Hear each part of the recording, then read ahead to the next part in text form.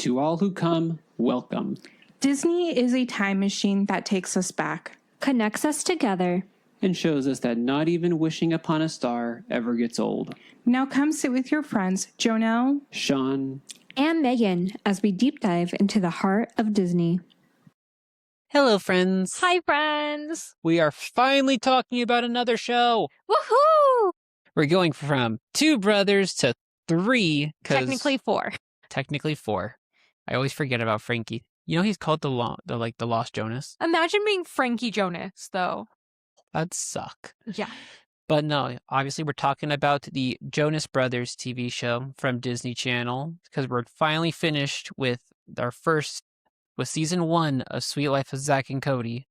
If you want to go watch all of those episodes, you can go check out the playlists on our YouTube channel. And also don't forget to subscribe, all the things wherever you listen to podcasts. But anyways, Jonas. Yes. Please tell me you know this sitcom. I know, unlike Zack and Cody, where I was I knew the very bare minimum that London Tipton existed. They lived in a hotel. You know who the Jonas Brothers are. I know who the Jonas Brothers are. Sweet. Get this. I actually listened to their music and I thought it was good. I still think that some of their music is good. Not all of it has aged the best. And I've also aged to not like some of their music. But I remember genuinely liking and listening to the Jonas Brothers. Yeah. I also remember some specific scenes of the show, which maybe I'll bring up later. Yeah. I mean, I remember watching a lot of the Jonas Brothers TV show, especially season 2, which was technically Jonas in LA or something like that. Were China and McClain? Maybe, but I'm more thinking about Joe and Stella's romance. Yeah, here's the thing. Could not care less about that. Me and my brother, as you know, we were all up in it. We like drama. I understand liking drama, but relationship drama between high schoolers, to say a phrase that you hate, gag me with a spoon. I hate it when she says that phrase. I don't say it often, though. You typically have a hard time saying it, especially when I tell you not to use the Valley Girl. I did not attitude. even use the Valley Girl I know, voice. And you struggled. But no, me and my brother really liked this show. We especially love the theme song. It is such a bop. It is so good. I wish. Look, TV shows these days don't have theme songs. And it makes me so angry because some of the best shows have good theme songs. Not in the traditional sense. You remember when we watched Mr. Iglesias on Netflix? Iglesias, woo! Exactly. The Good Place. Da na na na na na na na. Exactly. It's very short and sweet, and even on YouTube channels nowadays, you don't really see themed intros. You saw that with the Theory channels. They use them less and less. You know what really makes me sad? Style Theory never got a theme song. Yeah, that makes me mad too. And you know who would have written it? Foot of a Ferret. And you know who's a great composer? Foot of a Ferret. But it makes me upset because growing up, we had epic theme songs to TV shows. The Pokemon theme song. Hell, this theme song. The Fish Hooks theme song. Yes. I do not like Fish Hooks, but I would watch it just for the theme song. It came out around the same time as Jonas, fun fact. Because Chelsea Staub, who plays Stella, also played the female fish out of the main 3. You know what also had a boppin' theme song? Nickelodeon shows, such as Victorious and iCarly. Those 2 specifically, yeah. Yeah, I didn't watch a lot of either of those shows growing up, but I knew their theme songs. Zoe 101 is fine the first time, and then it just wears you down if you watch it. I was going to say the first 2 or 3 times, you're oh, this is good, and then it just wears you down. But don't even talk to me about Zoe 101. I'm still not over it. But even other theme songs, you have the Digimon theme song, the Beyblade theme song. I know I showed you the Beyblade theme song. I remember it being good. The the various Pokemon. Some of them slap hard. A lot of them slap hard. Some of them are And again, you have the Sweet Life themes. There's just so many Hannah Montana's themes on Best of Both Worlds. Okay, listen, I get that, but I feel if you have a character who is a musician for any reason, then they should have a rocking TV show theme. Agreed. Could you imagine if Hannah Montana had a theme song that was just boring as fudge. You mean like one of today's theme songs? It wouldn't work. No, imagine Zoe 101's theme song for Hannah Montana. Ugh. Yeah, exactly. It would not have worked. Mm-mm. But like even in general though, something I really like about the Jonas Brothers, and this may be something I bring up in the future if we ever do a Camp Rock episode, I really like... How Kevin wants a birdhouse and his daughter finally made him one? Yes. But like, you see them playing instruments, at least in the theme song. They know how to actually play instruments. Yes. That's seen in Camp Rock. Bothers me that you don't see more of that nowadays. It's all digital with a solo singer. You don't get groups anymore. You don't get groups that play instruments anymore. Okay, hear me out. Hear me out. Unless they're on Broadway. Shout out to Six the Musical, which has like the people who play music on stage. Instead and of in they're the called, pit, yeah. And they are called, what are they? I don't remember. The Ladies in Waiting. Oh, yeah. So shout out to Six the Musical because that's amazing. I have to disagree with you on groups though. In terms of popular music?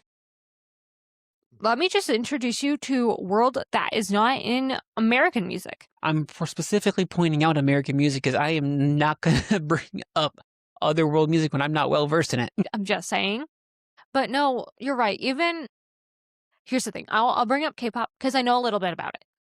I am not the most well diverse out there. I'm just saying. I know a few. I listen to some music.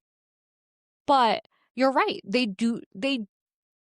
Suga never brings out like a guitar. No, actually, I take that back. Suga does play the piano in his own solo concerts. And you're right, Taylor Swift does. And that's like some of her the best. Like that's one of the things she gets amazing praise for is because she actually plays. But you're right. There's not a lot of a group that like all perform with a... And groups don't typically last long either. Unless you're foreign. Even then, BTS almost broke up. Right. But like, think about like when we were growing up. One Direction didn't take long for them to go in different directions. You don't hear about, the Vamps? You don't hear about them anymore. Backstreet Boys broke up. NSYNC broke up. The Beatles died, except for that one. But like, if you look back in like the 80s, you had groups like Bon Jovi, Chicago, Kool and the Gang. Bon Jovi was more than one person? Yeah.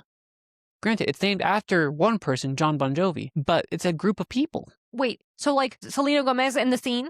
The Scene was a group. Yes. That played instruments, and that music, very similar in style to the Jonas Brothers, in like early Jonas Brothers in this theme song, sounded amazing. But for some reason, people think being a solo artist is the way to go. I think there's like a few main reasons, right? Because like you can like, it's more impressive when it's just one person. Right? Like Taylor Swift herself can carry like the entire concert. You're not wrong. I mean, her backup dancers and her backup vocals are incredible, but like the fact that one person can carry a stage. You're not wrong. I think the other thing is, no, hear me out. This is my own theory. My own culture theory, if you will. I'm so sorry, Matt. I'm so sorry, Matt. And all the theorists, America is very individualistic. That is true. Culture outside of the US, let's just say randomly in Asian countries, tend to be more community-based. I just have a thing. I have a theory that America really likes people who pull, like individuals who pull themselves up by their bootstraps and can do it by themselves. You're not wrong. And I feel like when it comes to the music industry, because it's cutthroat, I don't know. I'm not a musician. I can't really sing. I could play the piano. It's been many a year. I want to learn how to play the guitar, but I have not yet. But I hear it's really cutthroat, and I have this feeling where we just like the story of like the one who overcomes versus like in other countries where they really value like the idea that like a group of people connecting. See, I hear that, and like you're not wrong, and I do agree with it, but I also can't help but think about these just strong cultural moments. Like, I've been seeing this video pop up a lot on my feed of the Jackson 5 performing again the day before 9/11. Because it was a whole big thing. I was alive during 9/11? So was I. But we were both like maybe a year old. Maybe. One of my first words was Bush. Like President Bush, because he was on TV all the time because my parents were watching him and they were like, she's going to grow up to be a politician. Lies. Lies. But like but when you have groups like the Jackson 5, people adored the Jackson 5 and like the music that they sang and stuff because they were all a group of brothers like the Jonas Brothers. I thought there was a sister in there somewhere. No, there is a sister Jackson, but she wasn't in the Jackson 5 to my knowledge. Oh. At least not when I saw a video of them introducing each other. Not one of them was a girl. You see, But like again, you have groups like that, and like they really still draw a crowd just the same. I wonder if it's because they're family. It's kind of like how the Jonas Brothers are like huge because they're a family of bros who sing together. But here's the weird part about it: both groups still broke up. Joe went single, and he had his group DNCE. And so did Nick. Nick went solo as well. And then Kevin got married. Kevin got married, but like. Oh, I have a funny story to tell you. So I have like these random little like silly stories. One of them isn't silly, about my parents breaking news to me and my siblings about like stuff that happens in pop culture, mostly celebrities. Is this the Wiggles? No. Okay. Which one's this one? Okay, so we were on family vacation. Does not matter where. And we were having like one of those like hotel breakfasts. So in America, you can pay for your room and they will offer you like a free breakfast. And so they have like a pancake maker and like bagels and like the continental breakfast. Continental breakfast, right? And so you go in, you find a table that's like in the main lobby area and you go sit down and you go eat, basically. My dad is like, I am so sorry, Megan and Elizabeth. By the way, we were like 10, like we were like teenagers, but like very young teenagers, right? And my dad goes, you can't marry Kevin Jonas anymore. And I look at my dad and I'm like, what? And my mom goes, yeah, he got married. And I was like, good for him. Continues to eat pancakes. And my sister goes, it's okay. I wanted Joe anyway. I feel like most people wanted Joe. Actually, okay, I was a Nick person specifically for his floofy hair. But I liked Kevin's personality more, except in Camp Rock when he sang that one song. Introducing Me? Yeah. So in regards to the actual episode, before I go on more tangents about the theme song and how much it makes me sad the music industry's changed, what were your actual thoughts on the first episode now that we've watched it? I think it's very strong. For like a first episode pilot.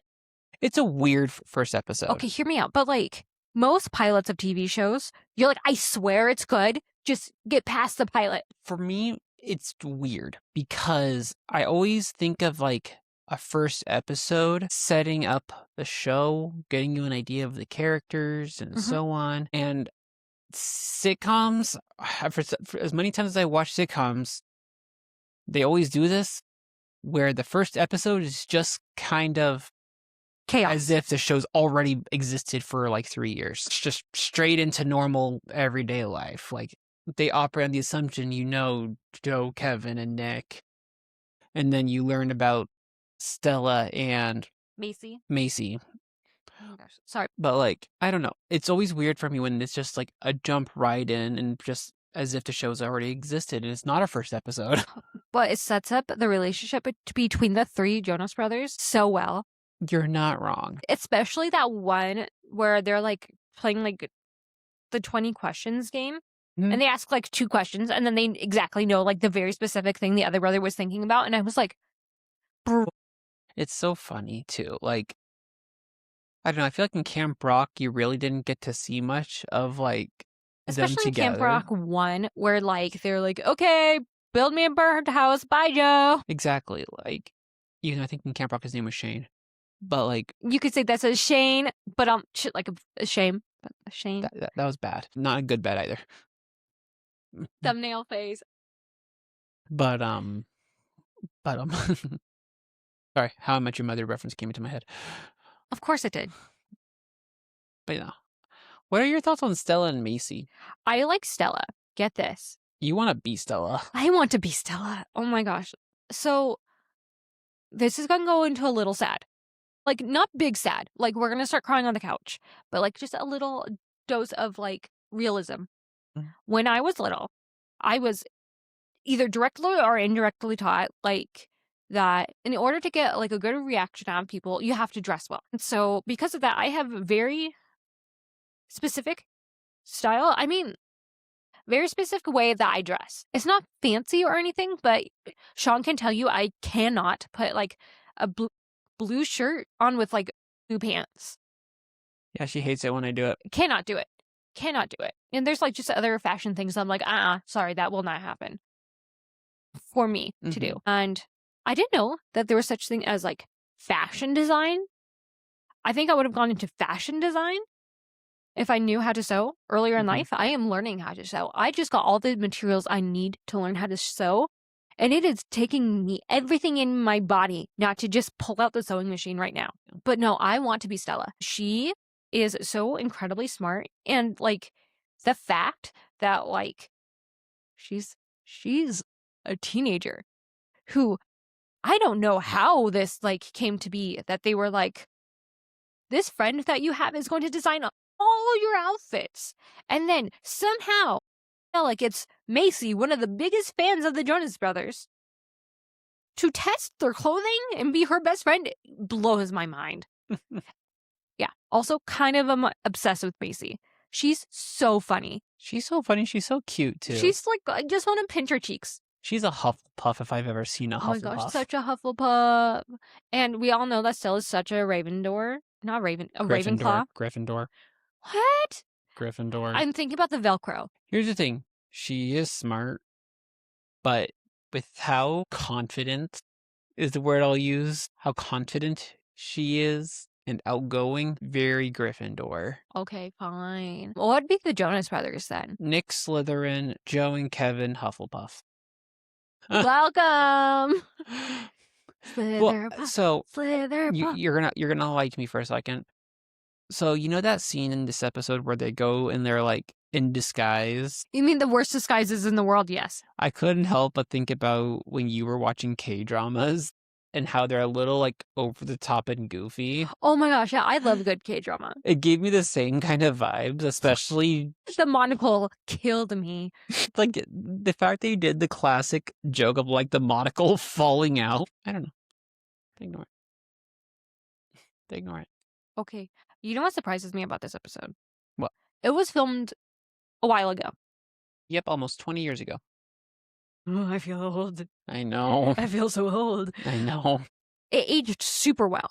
It did age well. Like, if it were to come out today. I think people would just be confused over how young they look. Okay, but like, imagine the Jonas Brothers. Like, this is going to sound really bad. I'm sorry, Jonas. Like, let's say it like came out today and the Jonas Brothers were the age that they were back then, right? So like it was just new for this generation. Jonas Brothers were new now.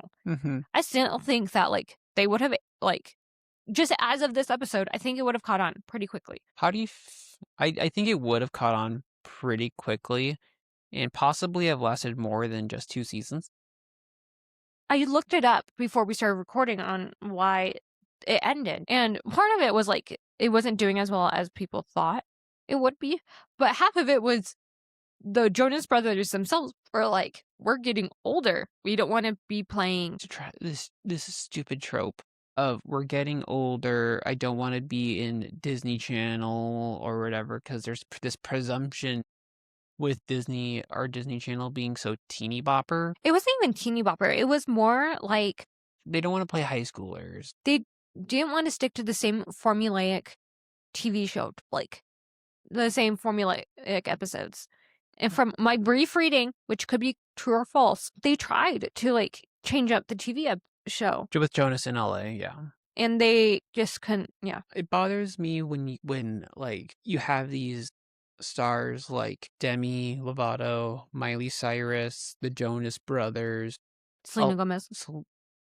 Less so on Selena Gomez because she never really did this, and neither did Hilary Duff. Raven does it sometimes though, where they're kind of look at their Disney days, and like a big part of why they reason is because I want to be like, they think that Disney holds them back. Like, Okay. I don't know, like it bothers me because like there's this presumption of like Disney being part of like Disney media is either like childish, not as serious, or quote unquote mature and such. So they end up leaving, especially if they're musically like involved, because then they can do things more of what they want musically and such, and they're not stuck with the Disney model or whatever. Look, I have thoughts about this because obviously we were not Disney Channel stars. No. We never received that paycheck.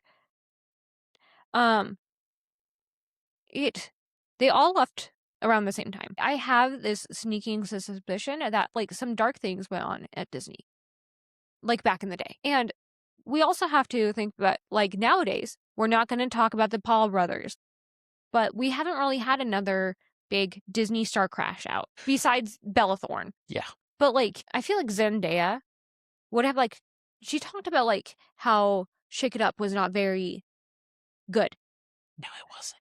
But I feel like with like these generations of Disney stars coming out and being like, no, it wasn't good. And then Zendaya being like, no, it wasn't good. I feel like it's getting better. Like the stars of today are getting better. And let me finish my thought.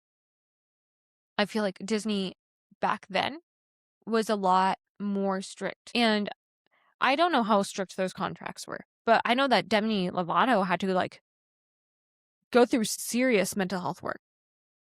She had to go through serious mental health work because of a number of other issues regarding drug abuse and things like that. Yeah, even while she was at Disney. Yeah, but like, I'm going to imagine it wasn't easy. And I agree with you that I think it's silly to be like, just because you have the Disney label doesn't mean that's holding you back.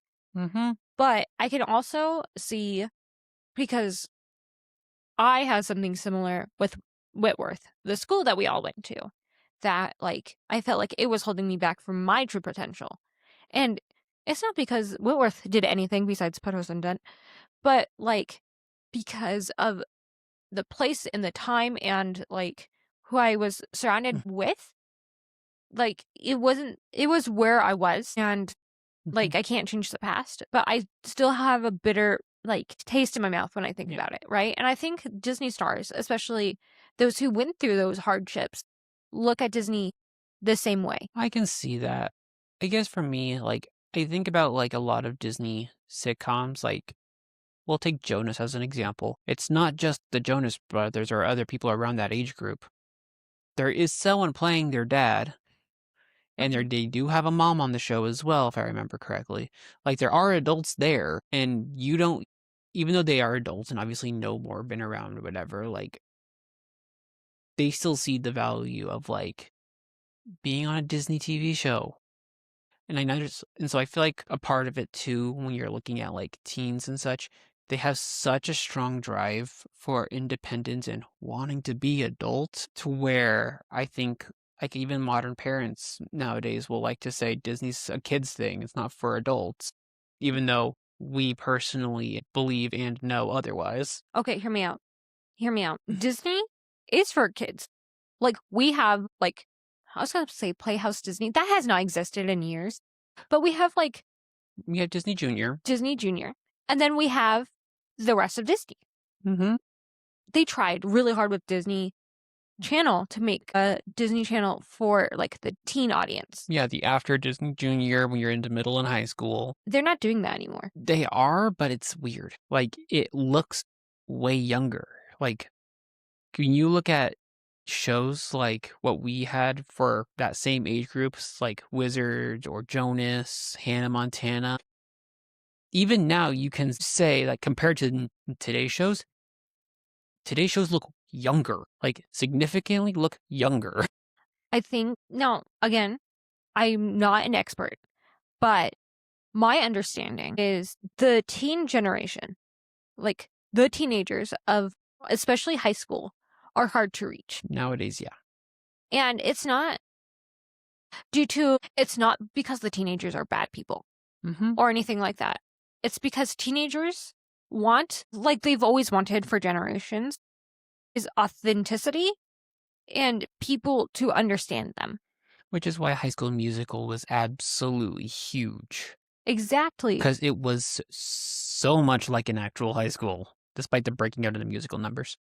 But the way that people talk about this generation of teenagers is they are hard and that they are pick me. And like, I'm saying this as someone who, like, I don't know many of the like high schoolers these days. I don't, but they are not. They're just like any other generation. But the problem is they have much more access to the rest of the world. Like, we know someone who's in high school Mhm. right now, and they love true crime and like stuff like that. Yes, they do. Disney cannot make a true crime. No, they could make a really cool like detective like series. Yep. But Disney really likes the upbeat, happy-go-lucky. Which is not bad It's at all, not. especially when you have those shows like even we know Hannah Montana, That's So Raven. We all know that with even Wizards, like we all know that despite those shows largely being like happy-go-lucky shows, had tender moments within them. Okay, I'm not gonna speak to That's a Raven. I never liked it growing up. I use that as just an early Disney example. But like, I think that the teenagers of these days they are sick of like the happy-go-lucky. Not because it's a bad thing, but because it doesn't feel authentic to them. Well, and they are very aware about the marketing and every person in electronic and everything trying to like get their attention and like force things down their throats. Well, that and they've had a really rough last 6 years. They've seen the worst of humanity.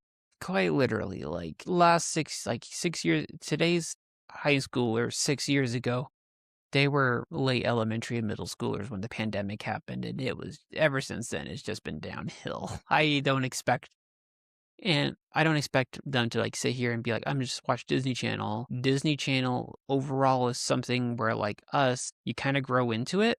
You start when you watch Disney Channel when you're younger. You're used to those types of shows, and it just kind of just keeps you going. Unless you're me. That was me and my brother. We watched Playhouse Disney, Toon Disney, Disney Junior. We watched all of it and into normal Disney Channel. I feel like the other problem with it is, unlike Jonas, the TV show that we watched where it came out on like the TV isn't what it used to be.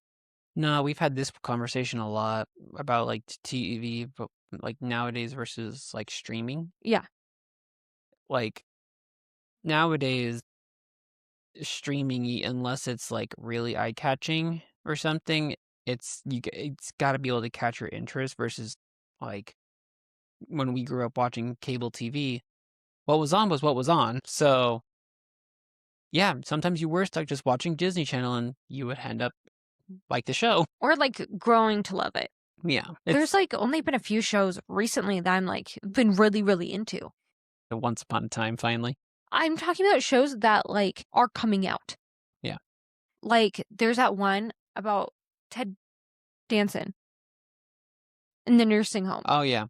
Where nothing big happened in that show. Man on the Inside. Yeah. But oh my God, did it make me cry. That should have been a movie. It really should have been a movie. And then the other one is High Potential. Oh yeah. That one's still coming out, yeah. I think they just got renewed. Yes! I love that show. Circling again back to Jonas and stuff.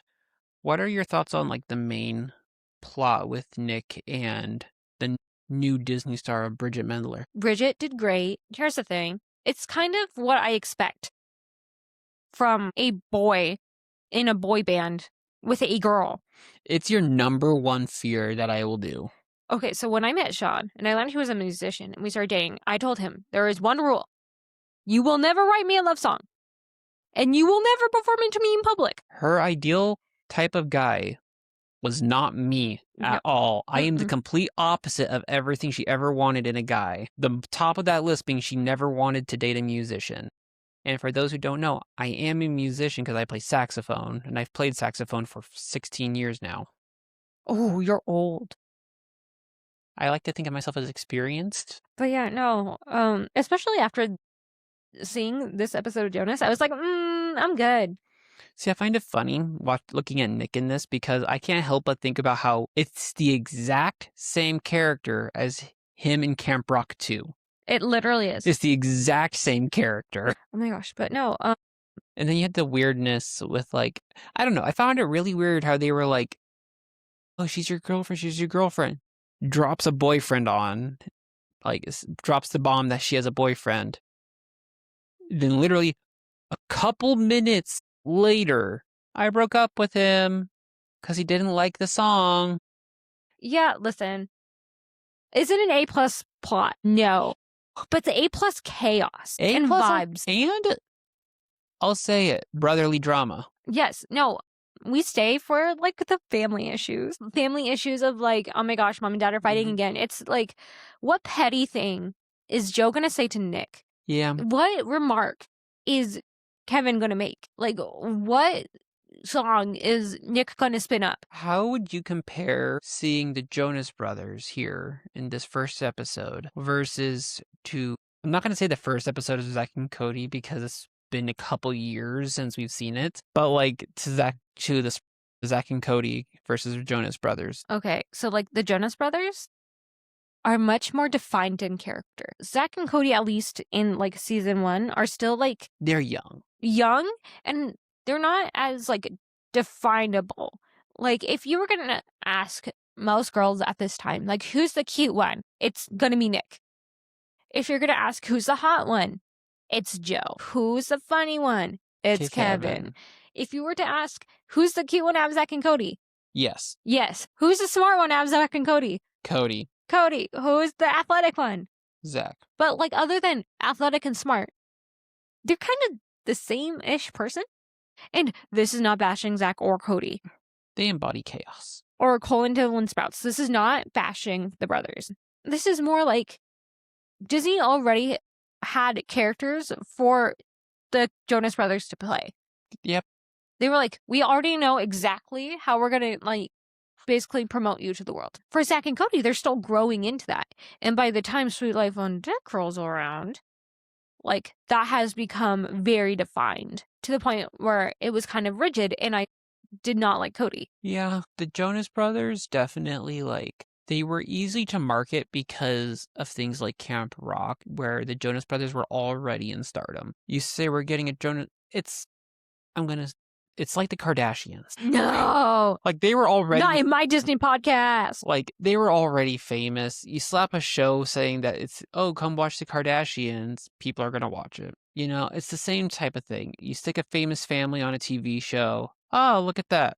People are going to watch it. It's easy to market. We know their personalities already. Is that why the Secret Life of Mormon Wives is so popular? Secret Lives of Mormon Wives started with a TikTok thing. I don't know. That We watched Dancing with the Stars where they explained to us why they were famous, and I still don't get it. But no, that's, yeah. I definitely see your point though. Because, yeah, Zach and Cody were nobodies. They were two couple characters that were just written out and then over time get defined. But now here they were already very well defined. I do have to say, I like that it's not a reality show though. You're right. Or like not a reality style show. Like, yes, it's their names, like Joe, Nick, Kevin, Jonas. But that's about as real as it gets. Everything else is completely fake, which I appreciate. Right? Because, okay, we're going to go back to K-pop land for a second. This makes me really upset. So there was an episode of this YouTube. Okay, hold on. I'm going to have to backtrack just a second for a brief explanation. So back in the day, they had reality TV shows where like Korean groups would come on and like do things. But BTS was one of the like ones that I know that started like doing their own reality TV show, not reality TV show, but like their own like game show made by like their staff, and like posted it on their YouTube channel. And so it's really popular to do that with them. So I'm a really big fan of this group called Stray Kids, and the most recent Stray Kids episode called SKZ Code came out, where the whole episode is from what I have seen, is they are all getting like their gallbladders or something checked.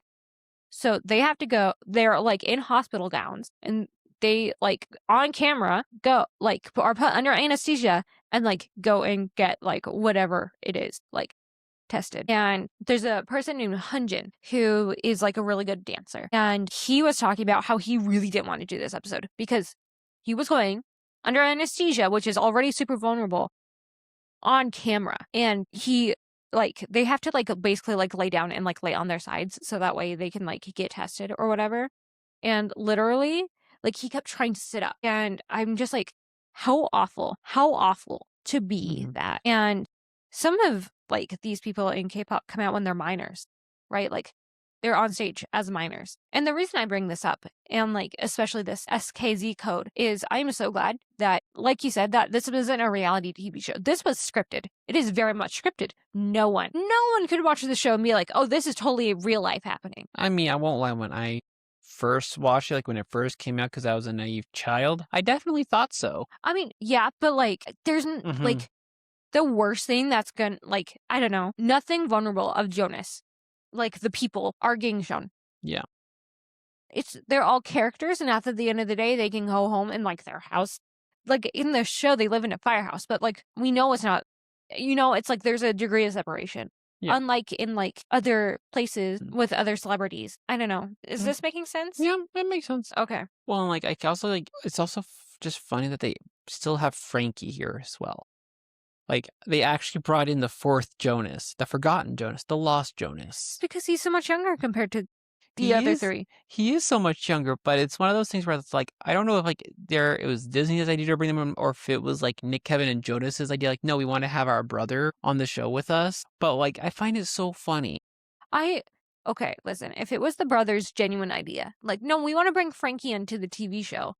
How sweet is that? That is like adorably sweet. Yeah, because listen, I have siblings. I don't talk about them much because we aren't in good relationships. But at one point in time, I was like in love with my sister. Not like that way, don't be gross, but like I adored her. I would have like been so thrilled to bring her to set. Again, would not have done that as a kid, but like, oh my gosh, how sweet that is.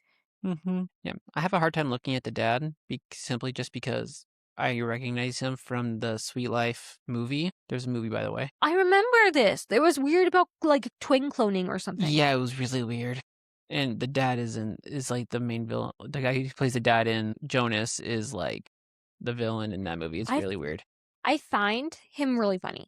He is really funny. You know what I want to know? Yeah. And this is maybe just me overthinking it. If you ever look at Jonas, like if you search the Jonas show online or whatever, like the wiki page that shows up, it's J.O.N.A.S. Yeah. What's it an acronym for? Friends, let us know what you think. Wrong answers only. What does Jonas stand for in the comments below? I know you're watching this on TikTok. Let us know in the comments below. Wrong answers only. Like, what is Jonas acronym for? If you don't, I don't care. Like, why else would you put dots there? That's weird. I know. I don't really got anything else. Like, this is just an episode 1, a pilot, if you will, for us, like, getting into this whole new series finally. Yes. I'm excited. I have, like, actual memories with this show. I just can't wait for the Jonas LA, where it has a little bit more story base to it. I can't wait for the Halloween episode. You love the Halloween episode. And the colander episode. The cat. And the pizza girl episode. I just like the castle that Frankie built. You just really like the weird moments of this whole show. I think the reason I like the weird moments, and I say this with all the love in my heart, is because we're afraid to go there nowadays. That's something that me and Jonelle talked about with the live action Aladdin, because we were talking about Will Smith versus Robin Williams as the genie. Yeah. And Robin Williams was just so comfortable with being weird. Yes. Like, his humor was very, very weird, and all of his famous characters were that way. And so I think just when you have people that are just comfortable being weird, like Kevin and Joe were in this episode, it just makes you enjoy a little bit more. Hear me out. Okay, so I work with really young kids, right? And there's this trend I keep seeing where the other adults around me are being completely normal human beings. And then there's me getting dragged around like a Macy's Thanksgiving Day parade. It's true. I've seen it happen. We were playing Ring Around the Rosies today, which is a game where you hold hands in a circle and you sing Ring Around the Rosies. Some of my kids don't want to hold other kids' hands, which I don't want to be like... Cooties. Duh. It's not even cooties, it's just whatever reason. And I don't want to be like that adult that's like, no, you have to hold hands and smile because bodily autonomy. So what happens when there's a kid who doesn't want to hold hands with another kid? They want to hold my hand, obviously. I don't know why. And so then there will be another kid who wants to hold hands, but not anyone else's hands. So then like all my fingers start being taken up. So you have like this half circle and then these 3 kids holding on to my hand while we sing Ring Around the Rosies. And I swear, I get walked around like Macy's Thanksgiving Day Parade with like 5 kids holding on to me at once. I had kids coming under my legs today, and I would go, "Where's child's name? Where do they go?" And I'd pretend to look around. Like, I don't know. And then you have the other teachers that are just standing idly by. They're just standing by, like, or like just having normal conversations. And then there's me, who looks like I'm giving birth to an alien. And I think I'm bringing this back to Jonas, I swear.